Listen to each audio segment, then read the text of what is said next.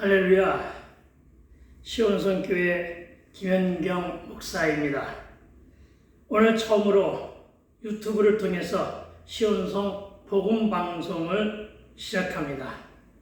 그리고 오늘 첫 방송의 제목은 한국교회를 향한 예수님의 책망이라는 주제로 잡아보았고, 본문은 요한계시록 2장 1절로부터 7절의 말씀을 증거하기를 소망하는데, 여러분, 우리는 지금 왜라고 하는 질문은 하지 말고 코로나19와 같은 여러 가지의 재난을 통해 주의 음성을 들어봐야 할 때임을 믿으시기 바랍니다. 호세아 선지자는 4장 1절에서 이스라엘 자손들이 이스라엘의 자손들아 여호와의 말씀을 들으라. 여호와께서 이 땅 주민과 논쟁하시나니 이 땅에는 진실도 없고 인애도 없고 하나님을 아는 지식도 없다고 말씀하셨습니다. 여러분, 호세아 선지자는 이 백성이 말씀을 모르고 하나님에 대한 지식이 없어서 망한다고 선포한 것입니다. 그러니까 결국은 말씀을 먹여 저와 여러분을 살리기 위해서 코로나19와 같은 재난과 질병과 사건을 주셨다는 것으로 생각하게 되기를 당부를 드립니다. 그러니까 이제 여기는 우리는 코로나19와 같은 이런 재난에 기죽거나 위축되어 두려워하거나 하나님을 떠나거나 말씀을 듣지 아니하면 코로나19와 함께 죽을 수도 있지만, 반면에 이 위기를 기회로 삼아 주의 말씀을 들으면 살 길이 생긴다는 말씀으로 깨달아 알아듣게 되기를 당부를 드립니다. 여러분, 저는 개인적으로 에베소서 5장 16절에 세월을 아끼라 때가 악하니라고 하는 말씀과 함께 5장 17절에 그러므로 어리석은 자가 되지 말고 오직 주의 뜻이 무엇인가를 이해하라고 하는 말씀을 주목해 보았습니다. 여러분, 어리석은 자가 누구입니까? 이에 대해서 시편 14장 1절은 하나님이 없다고 주장하는 자들이 어리석은 자들이라고 지적하는 것을 보았습니다.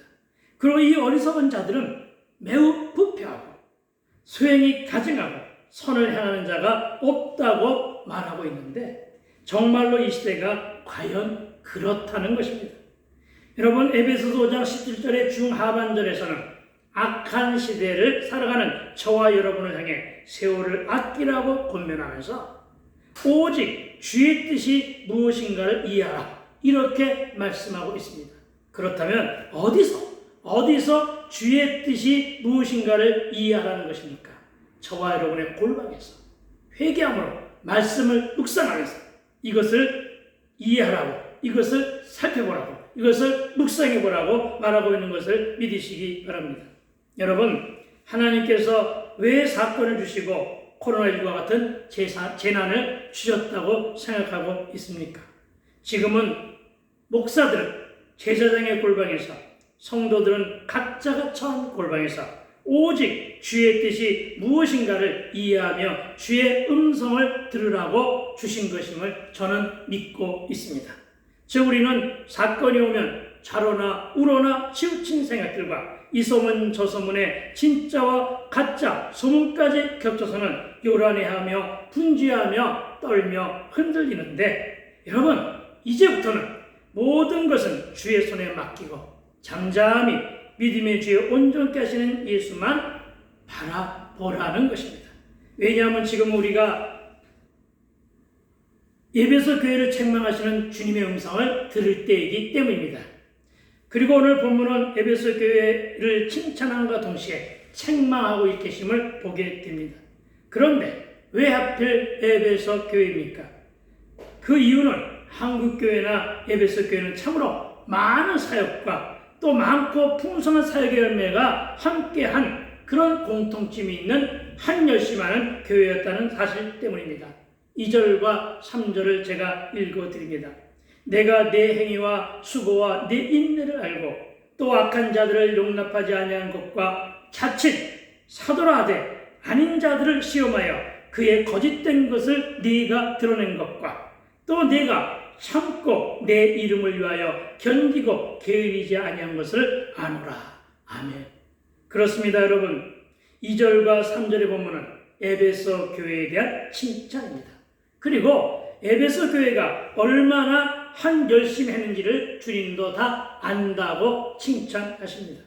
그리고 이 안다는 말씀은 무엇을 알고자 아는가 하는 것을 살펴보았더니, 여러분, 에베소는 상업, 무역, 교통, 정치, 행정의 중심지에 위치해 있었고, 아시아의 중심에서 유럽과 통하는 길목이 있었기 때문에 주변에 많은 교회가 개척되었는데, 이와 같은 지역의 특성상 복음이 많이 확장되어 전파되는데 한 역할을 했으며, 그래서 아시아와 유럽의 길목에서 전 지역을 복음하는데 결정적인 역할을 했다 해서 에베소 교회를 교회의 어머니라고 불린다고 한다는 것입니다. 그리고 끝내는 로마가 기독교를 국교로 정하는 데 크나큰 가교 역할을 할 정도로 열매 또한 풍성하며 탄탄하여 칭찬받을만 했다는 것입니다. 그렇다면 과연 한국교회는 어떠했습니까? 초대 한국교회, 여러분, 근현대사에서 끼쳐진 공로는 아무리 강조하여도 지나침이 없다 할 정도로 많이 있음을 보게 됩니다.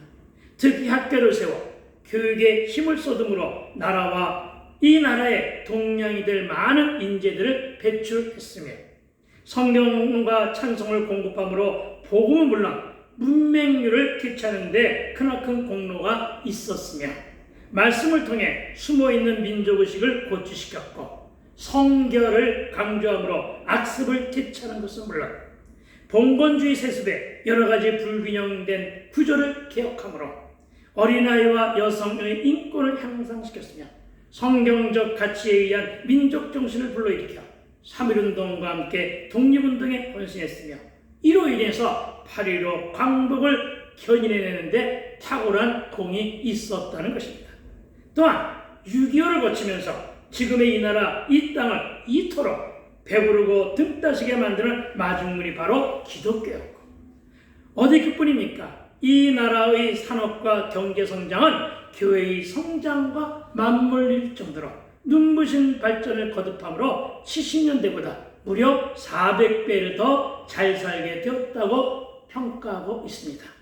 여러분, 심지어 이제는 선교를 받는 나라에서 선교하는 나라로, 그래서 여러분, 선교 1등 국가로 세계 선교의 최고의 발자취를 남기는 등 기도의 역사는 정말로 대단합니다. 여러분, 누구 덕에 이만큼 배부르고 등따십니까? 여러분, 누구 덕에 OECD 국가들과 나란히 어깨를 겨누는지 아십니까? 이 모두가 다 교회사에 점철된 하나님의 은혜라고 하는 점을 기억해야 한다는 것입니다.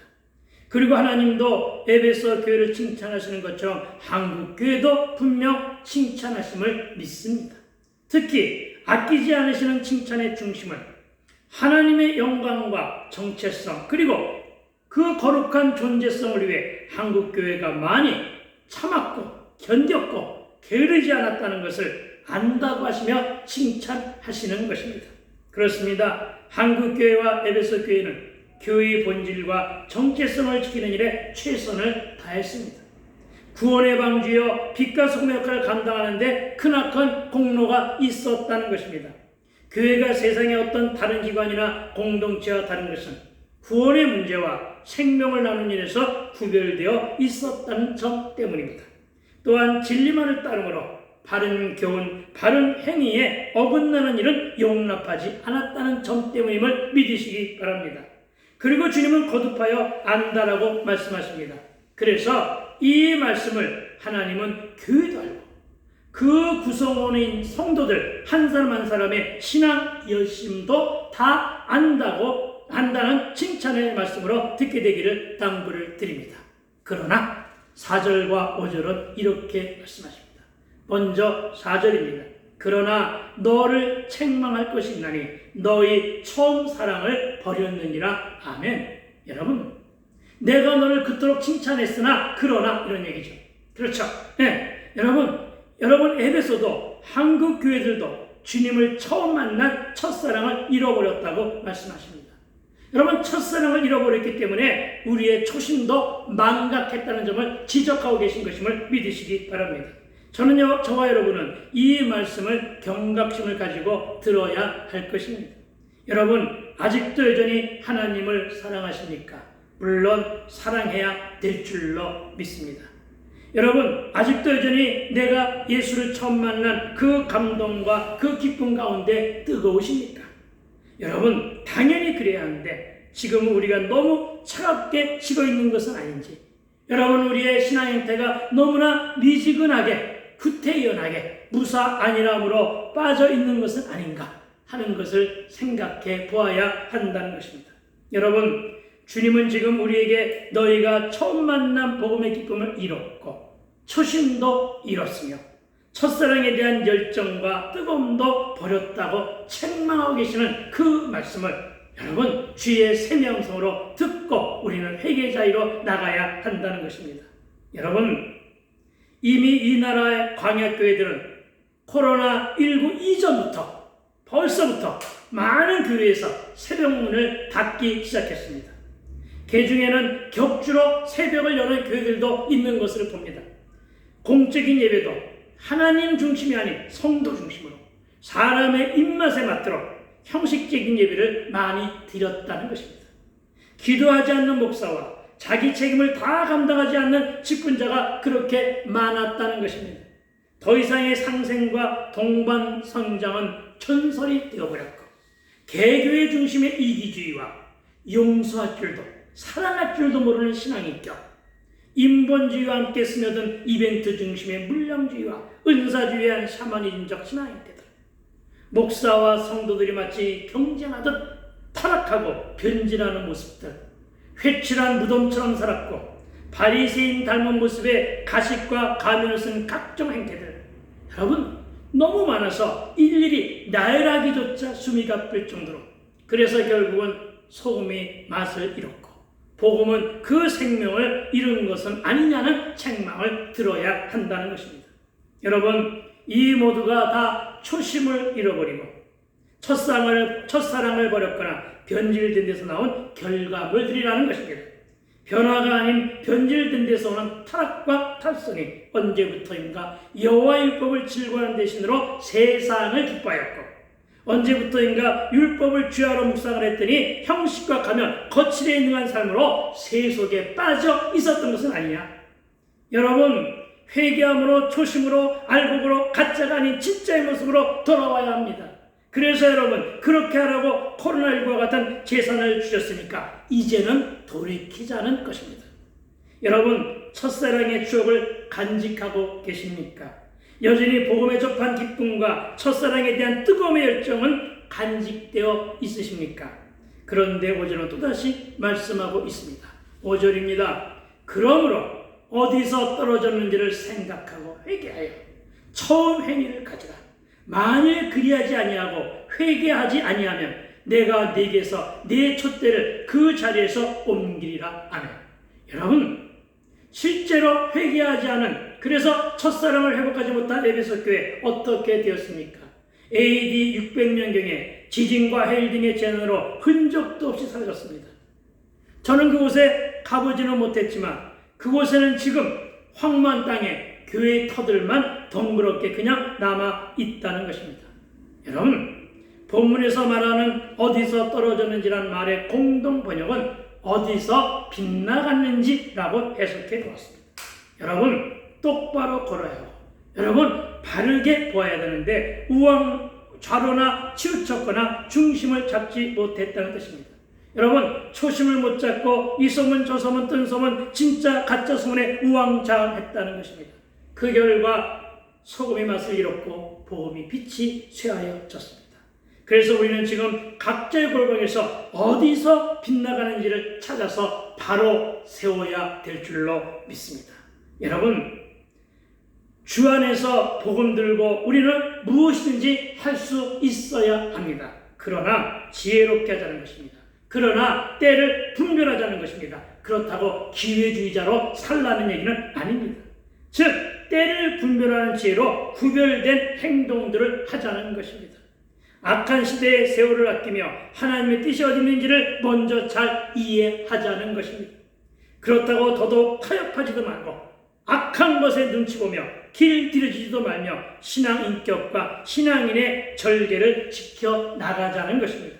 그런데 에베소 교회는 이런 책망을 듣고도 생각하지도 않았고 회개하지도 않았으며 회개에 합당한 열매인 처음 행위도 회복하지 못했다는 것입니다. 그래서 주님은 약속대로 촛대를 열방으로 옮기신 것입니다. 여러분, 그 촛대가 이민족 이 땅의 교회로 옮겨졌지만, 그래서 많은 성장을 이루었지만, 이 나라 이 땅의 교회 현실, 복음의 황무함, 영적인 흉년, 영적인 불임의 상태가 지속되는 것을 볼 때마다 촛대가 옮겨질 것을 염려하며 우리는 기도해야 한다는 것입니다. 그래서 한 가지를 제안합니다.